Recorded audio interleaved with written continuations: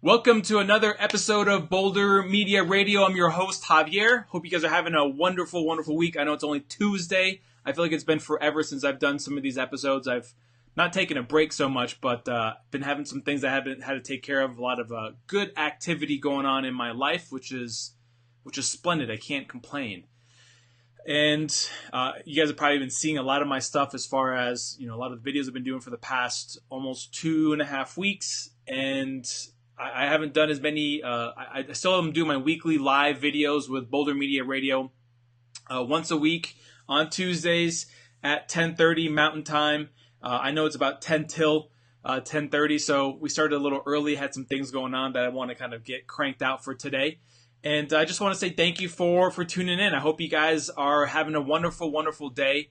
I'm excited about today. I'm always excited about every day. I mean, all the struggles that I go through, all the challenges that I go through, I still wake up excited and blessed to have an opportunity to just share and have fun and talk about stuff. And so I wanted to kind of expand a little bit more on a quick little 10-minute video I did yesterday that I feel like it didn't do itself any justice, And I think part of it is that, hold on a second. I think part of it was that I was kind of in a rush, and I didn't really have a chance to kind of put all my thoughts behind this topic about tenacity, and one of the ways or one of the things that I've done to kind of help me develop that skill set, if you will, of tenacity. And some people might be thinking, well, what's tenacity? How's that gonna, how's that a skill set? And I really do believe that it is something that it's really necessary in life, in business, in relationships, in everything that you deal with, And here's the thing, guys, is I really am a big believer that we should be putting ourselves in situations where we're always getting challenged, where we're always struggling, where we're always having our back against the wall, okay? And that really reveals the kind of person, the character that you are in a lot of ways. It reveals a lot. And the reason I say that is that it allows you to see what you're made out of. It allows you to understand that, like the things that you struggle with, it's going to make you, these flies. If you guys don't know this, but where we live in Colorado, it's almost all over the state. Around this time of the year, flies start making their way into the house, even if you just barely leave the door open, and they start sneaking in and they multiply, and it's just bad. Anyways, the whole tenacity thing is it allows you to really start seeing what you're made out of, what you're capable of doing, and it tests the limits of who you are, what you can do, why you can do it, all that stuff. And I think that the importance of experiencing difficult things in life, challenges, all sorts of stuff, is important to have that going on, and you should experience it a lot, not just a little bit, but a lot. It's something that I think we all need, and I really encourage a lot of my listeners. I encourage everybody to take the time to see struggles in their lives and embrace them. Embrace the challenges and the struggles. I'm going to tell you my story on, what's helped me develop my tenacity. And I've had a lot of things in my life that's helped me get there, but I'm going to use one in particular that really made me find out who I was, and then made me find out what I'm capable of doing, and made me really start digging deep for something. Okay, so let me kind of paint the picture on how all this stuff came about. So in the fall or winter of 2014, I was laying in bed, getting ready for bed, and my wife was obviously there. We had our son, who was, I don't know, I think almost a year and a half, I think. And so, young family, but I basically, was it 2014? No, let me start thinking now. Or 2013. Actually, I take that back. It was the fall of 2013. That's when it was. Okay. So let's go back to this again. So it was the fall of 2013, and I was laying in bed, and I was just kind of looking through my phone, doing some stuff, looking at some Facebook posts and whatever. And it was really cool.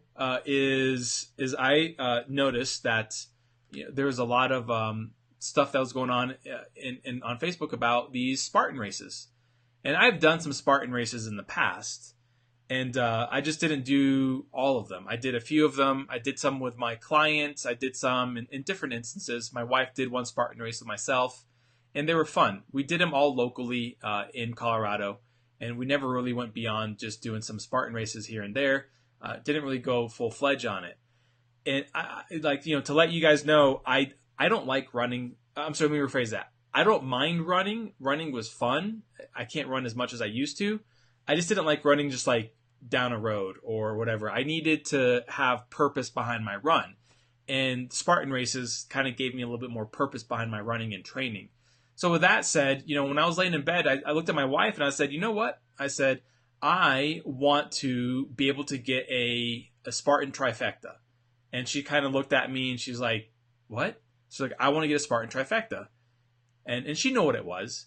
And I was like, I want to do all 3 races. I want to do the Spartan Sprint, the Spartan Super, and the Spartan Beast all in 1 year. And she goes, that's great, babe. She was like, that's awesome. But I'm going to support you on this. I'm not doing it with you. Because at first I was like, maybe she'll do it with me. And she totally didn't. She totally didn't do the Spartan race with me. And which is cool, whatever, But here's the thing, is that this was my thing. I needed to do it, and I was excited to do the Spartan race.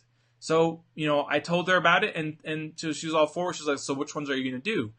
And I was like, well, obviously I'll do the one in Colorado, because that's going to be in May, and I'll just do that one. All right? So she goes, okay, cool. And then she said, what about the Super and the Beast? And I was like, well, I think I want to do the Beast in Vermont. And she goes, why do you want to go all the way out there? I go, well, because my parents are close to there, and I might be able to convince Jeff, who was my brother, is my brother-in-law, to see if he'd be willing to do the Beast with me, so I have someone to run with through the process.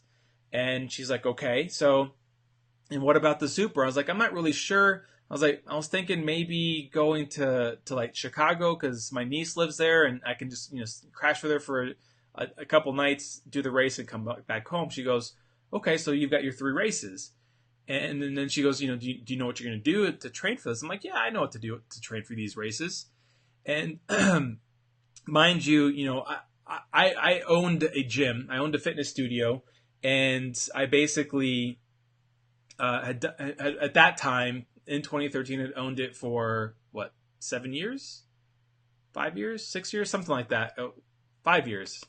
And so anyways, with that said, we had just had a newborn baby, and I started training for the race that January. So basically, I started kind of like building up my training is what it boils down to. I started doing some running in the mornings around my neighborhood. I obviously owned the gym, so I did a lot of working out there, a lot of fitness stuff. I didn't do a lot of heavy lifting. I did a lot more of just the things that I was accustomed to seeing at the Spartan races. And so with that said, I kind of knew what it took to train for this. And so if you guys aren't familiar with Spartan races, they're very different. They're not like your warrior dashes or your other mud runs, okay? And I'm not knocking any of these. Like, if you've done them, good job, okay? But I am a big believer that Spartan races are by far some of the best races out there. And the reason is because they really test your tenacity. And I'm going to explain more about this on how we can test it and why it's important.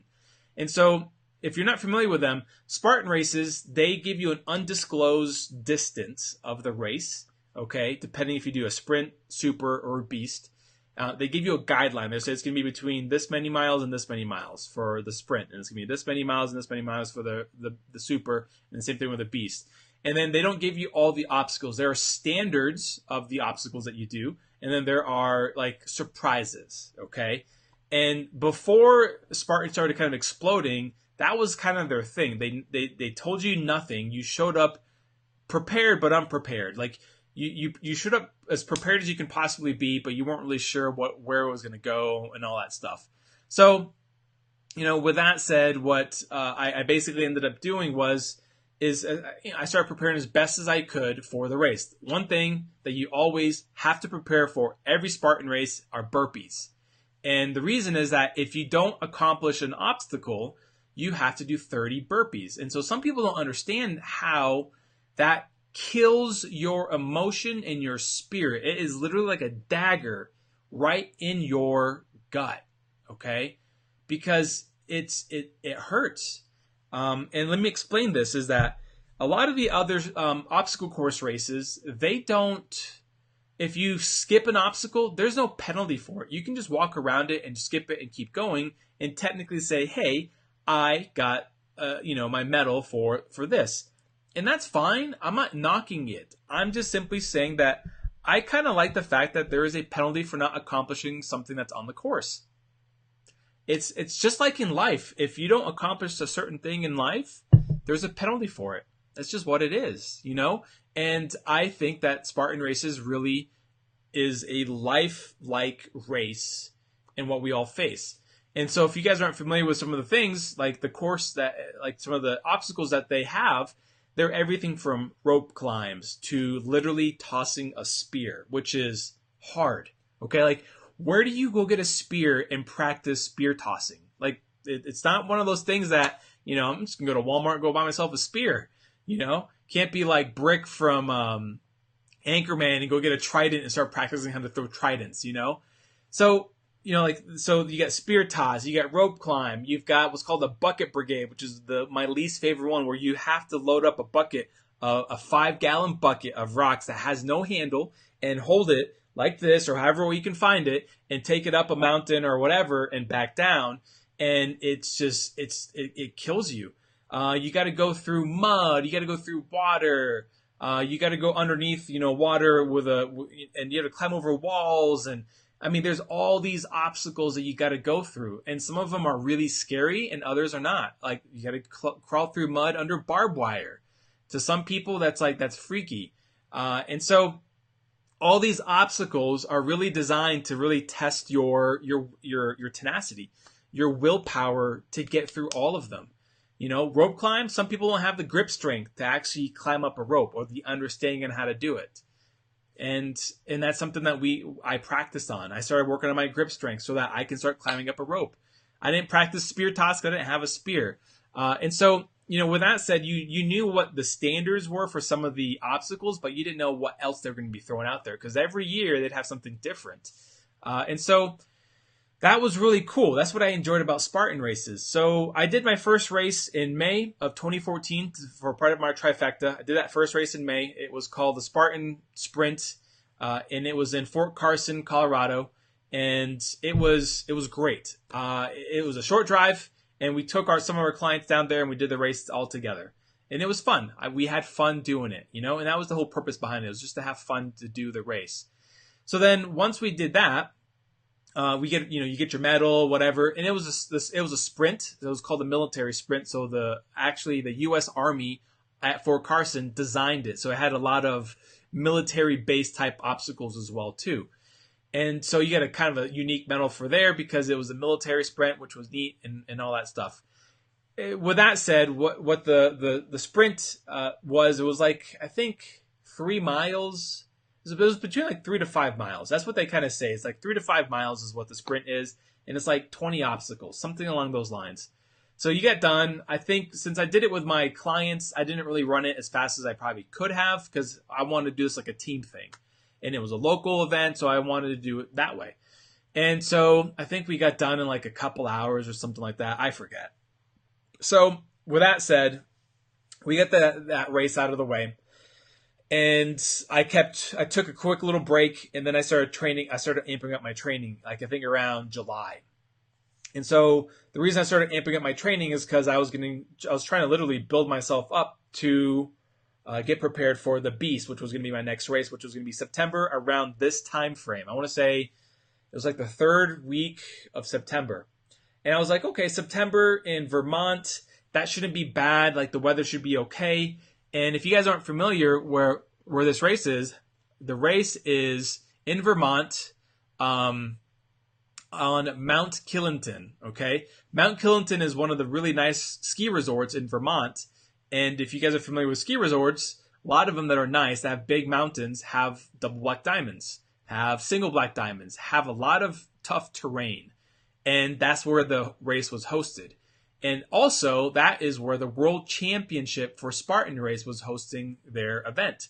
So not only were the world's best athletes for obstacle course racing at this event, okay, but you had some other, just, I guess you could almost say just normal people, and then others that were chasing these trifectas, if you will. So you had world's best obstacle course racers at this world championship, okay, and a bunch of other stuff. So kind of building up to training is I was doing a lot of running, and I was running anywhere from 3 to 4 or 5 miles, like 3 or 4 times a week. And then I started building it up to where once a week I would run a little bit longer. I'd run like 6, 7, 8 miles. And then I built it up to where I was running about 10 miles once a week. So I didn't run 10 miles 2 or 3 or 4 times a week because I didn't want to really break myself down. What I wanted to do was I wanted to build up my endurance and have one day a week where I just focused on distance. And I never really worried about pace. I really only worried about distance and accomplishing the distance. Because if I can get my mind wrapped around accomplishing a 10-mile run, I can get my mind wrapped around doing a 12-mile run, okay? So it was really about preparing the mind to get ready to do these races. And so, mind you, I've never done anything more than, 6 miles, I think? I did the Boulder, which is a 10K, which is like, I think 6.26 miles. I think it's the most I've ever done was 6 miles at that point. Now, I've hiked long miles. I've done a lot of other stuff, but that's different. Like running is just a different thing. And so, again, I've never ran consistently more than that. And so when I was getting to like 7, 8, 9 miles, that's when things got interesting. I'm like, wow, this is not bad. And a lot of the times, when I do these long runs, I'd have my, earbuds in, listen to some music, and just kind of, go down and run back and whatever. And it was more about building the mind to understand that I can do this, because that's the biggest thing on doing these races is building the mind's not the stability, the mind's endurance to handle these brutal things that go through your head on racing, okay, on running. Because running a long distance isn't exciting for some people, for most people. I would say some people it's fine. So for me, that's what I started doing. And obviously I was doing my training. I was doing burpees in between. I was doing, a bunch of pull-ups and a bunch of squats and just all sorts of stuff. I was doing a bunch of different things that really allowed me to get me going. I did a lot of kettlebell swings. I did a lot of stuff like carrying and lifting, but nothing to what my workouts are today. So my workouts have actually changed a lot.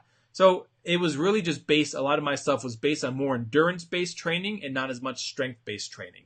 And that was fine for me at the time. So, with that said, as I kind of started getting my body prepared and then my mind prepared for this race, I was getting closer and closer to September. And when I was getting closer and closer to September, I was running once every other week about 8 to 10 miles. Okay, and so I had one run where I ran from my house to my studio, which was just under 10 miles. And it took me like, I think 2 hours to do that.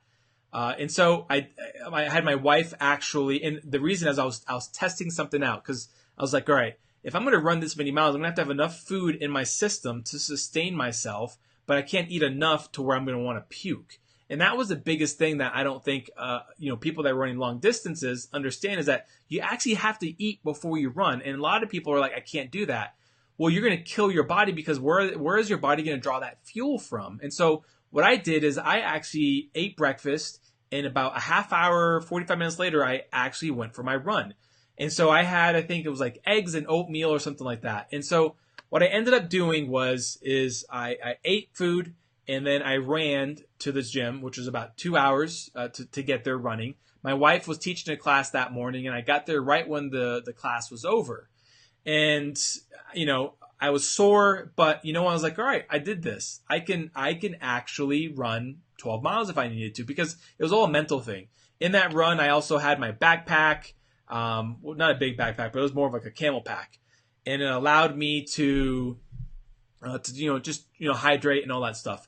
And this was before I really understood the importance of electrolytes, hydration, and all that stuff. Like, I was all about just drinking water, but the one part I didn't really get my mind wrapped around was the electros. And I'll go over that in another time. So I got myself prepared, mentally ready to go, and I'm ready to go. I'm excited. So come September, it was the third week of September.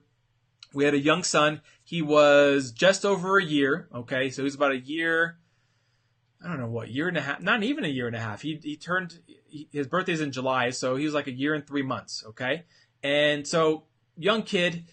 So I took my entire family. So my wife, myself, my son. We all flew across the country to Boston, and we stayed at my brother-in-law's house for I think a night, and then that next morning. We ended up driving to Vermont. And if you guys aren't familiar, with a drive, you got to go through Boston. Boston traffic is ridiculous. It's hell, okay? Never do I ever recommend going through Boston traffic. So with that said, anyways, I go through Boston that next day, and I was, my meals were very well prepared. I was eating very good balanced food, high protein, good amount of carbs, all that stuff. Like I was eating well, doing all my stuff. And so when I went across the country to Boston, then from there, we went from Boston, we drove to Vermont. We got a hotel there. We stayed there for one night, and I don't know what time we got to Vermont. I think we got there like early afternoon, maybe. And we went to a store, got some basic things, and also ate some dinner, whatever, and just kind of got prepared. Before all of that, what I want to kind of say is that my brother-in-law and I, the night before we went to Boston, we were looking through the Spartan list checklist of things that you need for the race. Because I'm like, all right, we've never done a beast. We've never done any of this kind of stuff. Like, what time were we running? All that stuff. Well, we were looking at the checklist. We found out what time we were running. Our heat started at 11:15. I was like, crap, okay. So this is going to be, I'm thinking like 6 hours long to run. Because in my head, I had this all kind of planned out. This is going to be like a 6-hour run. So we should be done by like 5 o'clock, maybe 6 at the latest. That's not bad. Okay. And then we're looking at the checklist. It's like, you need to have a hydration pack. I'm like, all right, got that. You need to have some actual fuel with you. I'm like, okay, we're going to get those. I'm going to get some Cliff Bars and some like gel packs and stuff like that. Little goo packs. And from there, I ended up also getting I'm sorry. And then in the checklist, it said you need a headlamp and you need glow sticks. I'm like, what the hell? I'm like, we need a headlamp and glow sticks? Like, are we running in the dark or something? And what they basically said is that you may be running in the dark, and if you don't have any kind of lighting or anything, then whenever you hit a certain station or a certain obstacle and you have no glow stick and no lights, you'll be escorted off the mountain. I was like, no. So I was like, I'm not flying across the country to not get my medal and not accomplish this. So anyways, we went to like Dick's Sporting Goods and we bought like a headlamp, a couple of glow sticks, and we just went from there.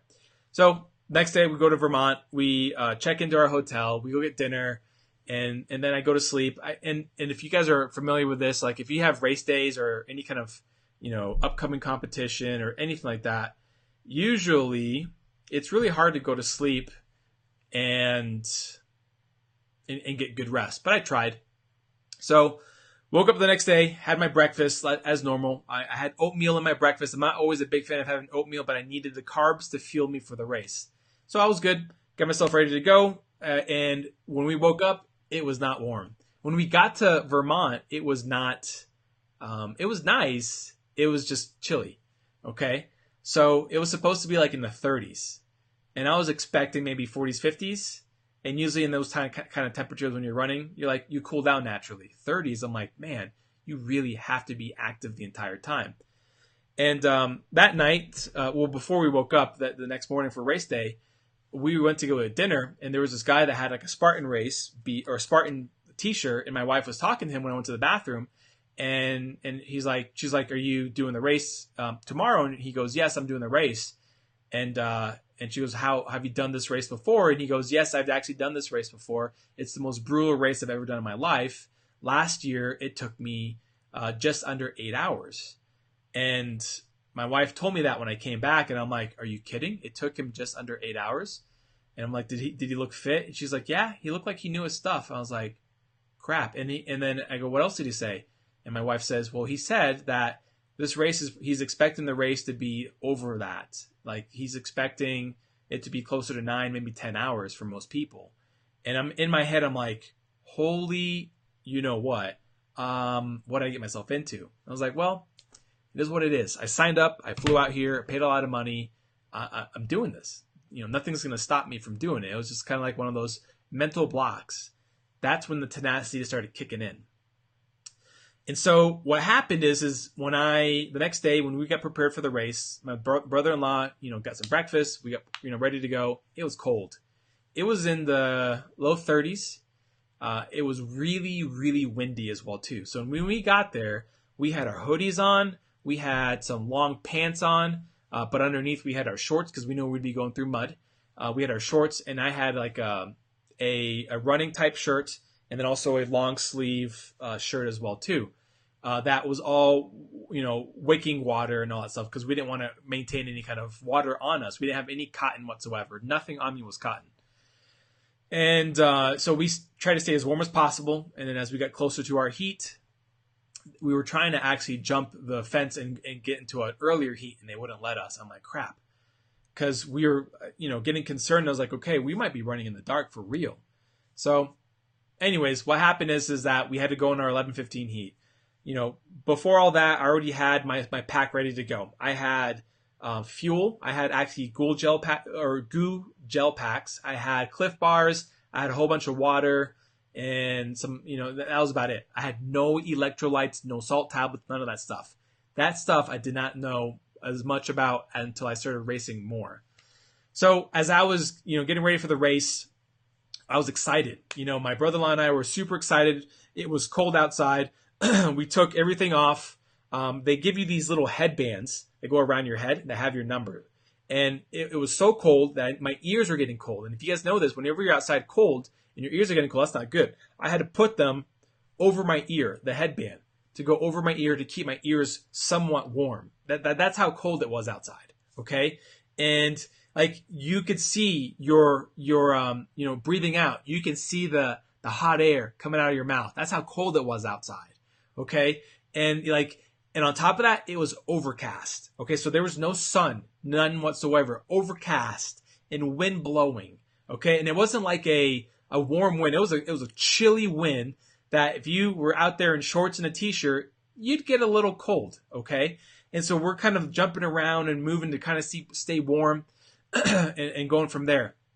So our wave is ready to go. We're sitting there. They do their whole thing about pumping you up and getting you all amped up. They have this guy, and then all of a sudden they let the wave go. And then like a herd, I'm thinking like, I think each wave was either 100 or 200 people. A herd of people are hauling ass up across the mountain. And lo and behold, it was a steep climb immediately. All right. So you kind of are going around the mountain a little bit and then just steep climb. That's how it started. I was like, what? This is crazy.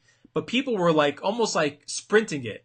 Not me. I paced it because I knew exactly what I was doing. I was like, all right, these guys that are, that are gun-ho running this thing and attacking this mountain hard, they're going to kill themselves early. So what did I do?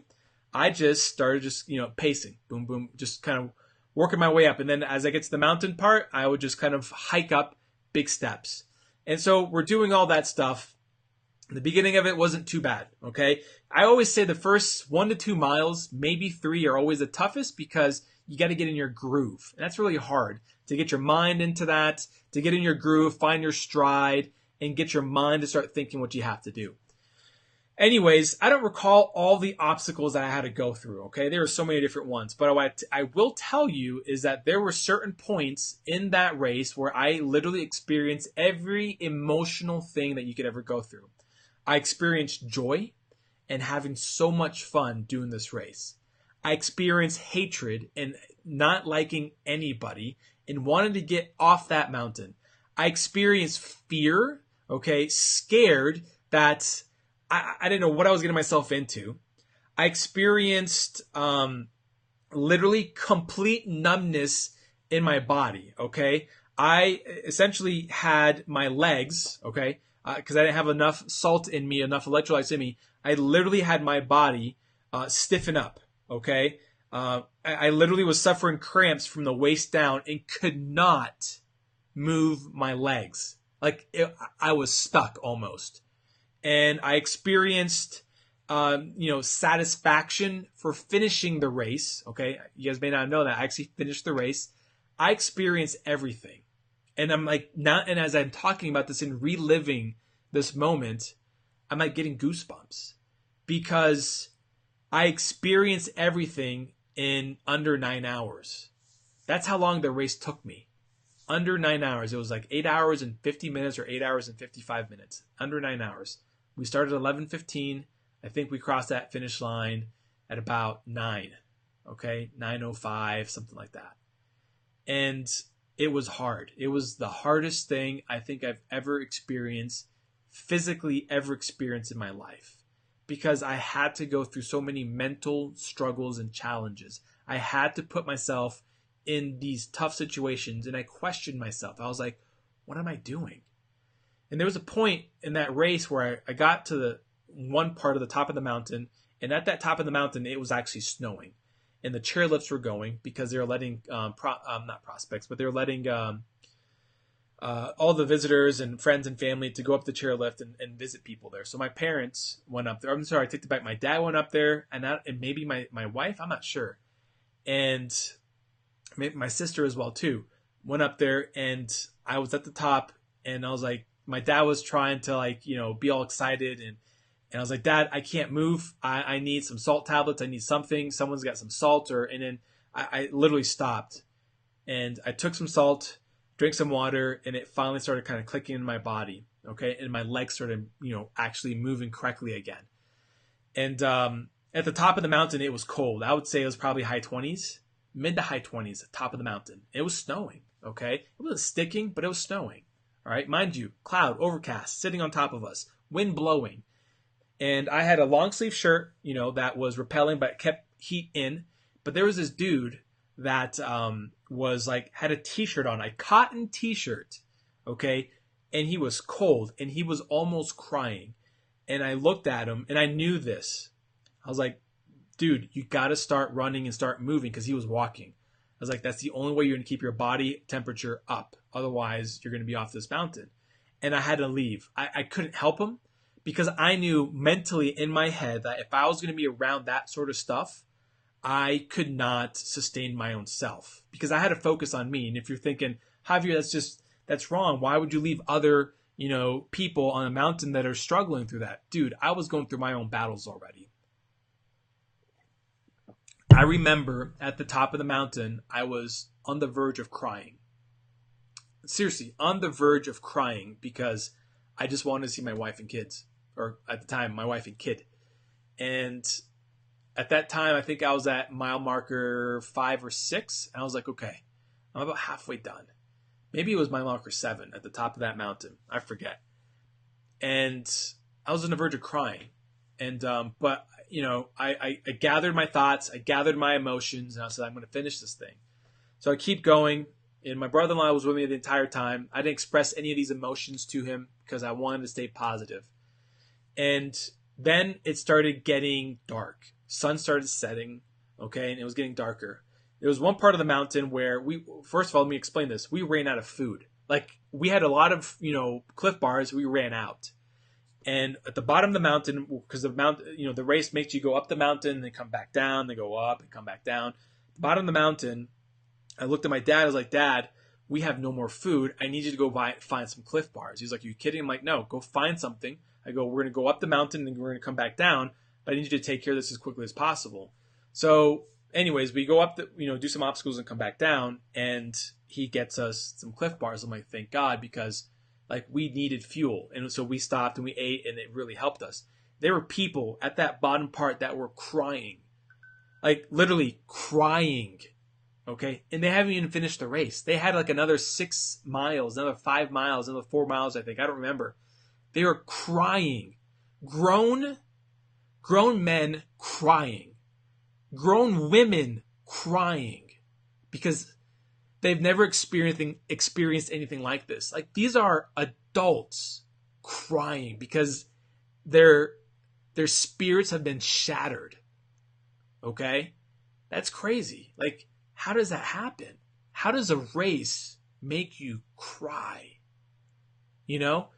And the thing is that I saw all this stuff and like reality hit. I was like, I'm not going to stop. I'm almost done. I remember one part of the mountain where we did what was called the bucket brigade. You had to carry a bucket up the mountain and back down. Okay? Didn't like that one.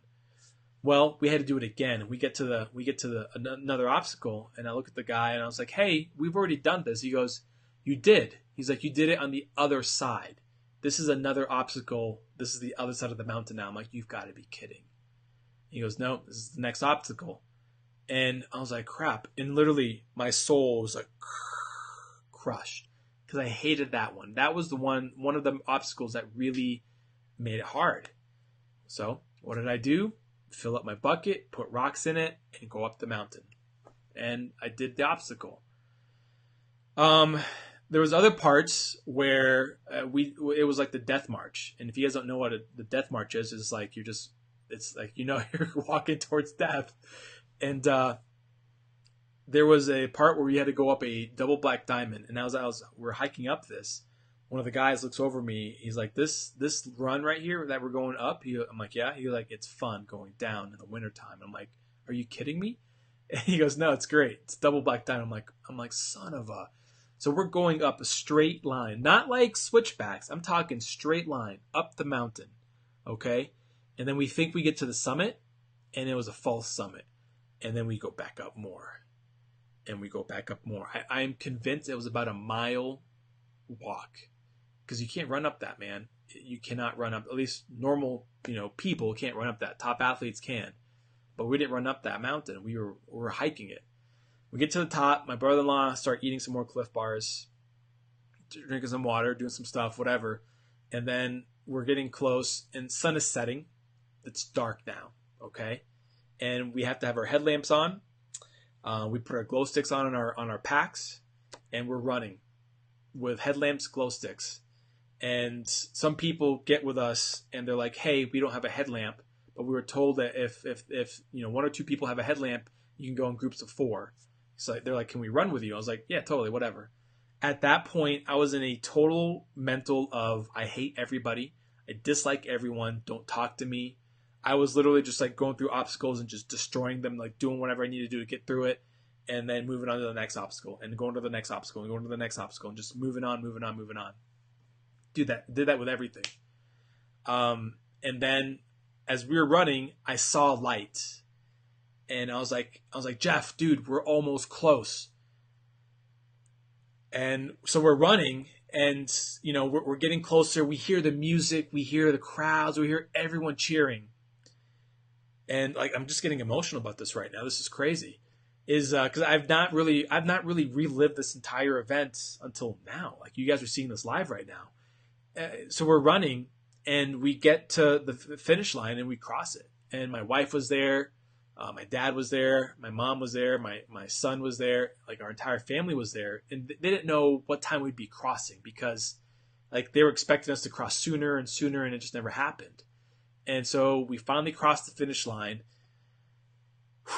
And so, like, what happens is that when you cross the finish line, they give you your medal.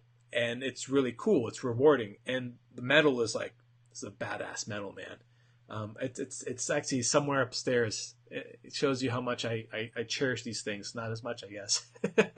I think it's more about the accomplishment than anything else. So anyways, what it did is that I got that medal and I finished the race. And I was in almost tears. I was very emotional. I hugged my dad. I hugged Jeff. And we were really happy, it was really, really cool. And, we go inside, and my grandma was there too. And it was really just fun. And, with that said, I was starving at that point. I had 2 cheeseburgers, 2 plate of fries. I drank as much as possible of water and everything possible. I probably ate like 2,000 calories worth of food in one sitting. And I was just drained. But I was happy. But everything that I experienced in that entire day, it revealed the person that I was made out of. It was the hardest race that I've ever done. It was the hardest physical thing that I've ever done in my entire life. It took me just under 9 hours to do. It was 16 and a half miles, and I think we did over 30 obstacles. I don't recall how many burpees we ended up doing. We did a fair amount. With that said, it was debilitating, because there were moments where I wanted to quit. There were moments where I was really upset. I was like, I'm just going to walk off this mountain and just be done. And then there were moments whenever I was just so excited. There was moments whenever I wanted to cry. There was moments whenever I wanted to just, just hit everybody. I was not happy. I experienced everything that you can humanly experience almost in that one race. It was tough. I was like an emotional wreck. That night, we had to drive all the way to Boston. And I don't think we got to Boston until like 12, maybe 1 o'clock in the morning.